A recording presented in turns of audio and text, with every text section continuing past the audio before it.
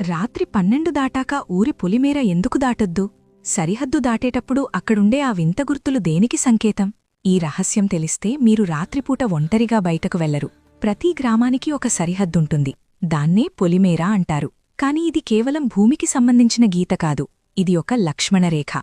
పూర్వకాలం నుండి గ్రామదేవతలు ఈ పొలిమేర వద్దే తిష్టవేసి కూర్చుంటారని నమ్మకం. ఊరిలోకి వచ్చే ఏ దుష్టశక్తులైనా, రోగాలైనా ఈ రేఖను దాటి రావాలంటే అక్కడుండే కావలి శక్తుల అనుమతి ఉండాలి. కొన్ని గ్రామాల్లో ఒక వింత ఆచారముంది. ఏవైనా అంటువ్యాధులు సోకినప్పుడు అర్ధరాత్రిపూట ఊరి పొలిమేర వద్ద కుంభం వదుల్తారు. అంటే అన్నాన్ని రక్తంతో కలిపి ఎర్ర అన్నాన్ని దిష్టితీసి అక్కడ పెడతారు. ఆ సమయంలో ఊరిలో ఎవ్వరూ బయట తిరగకూడదు. ఆ ఆహారాన్ని స్వీకరించడానికి శక్తులు వస్తాయని, ఆ సమయంలో ఎవరూ ఎదురుపడినా ప్రాణాపాయం తప్పదని పల్లెల్లో ఇప్పటికీ భయపడతారు. మరికొండి చోట్ల పొలిమేర దాటేటప్పుడు చెప్పులు విడవాలి లేదా వెనక్కి తిరిగి చూడకూడదు అని నియమాలుంటాయి. సైన్స్ దృష్టిలో ఇవి మూఢనమ్మకాలు కావచ్చు. కాని తరతరాలుగా జరుగుతున్న కొన్ని సంఘటనలు చూస్తుంటే అక్కడేదో తెలియని శక్తి ఉందనేది నిజం.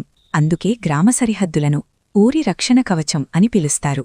మీ ఊరి పొలిమేరలో కూడా ఇలాంటి భయంకరమైన కథలున్నాయా? అక్కడేదైనా వింత ఆచారం జరుగుతుందా?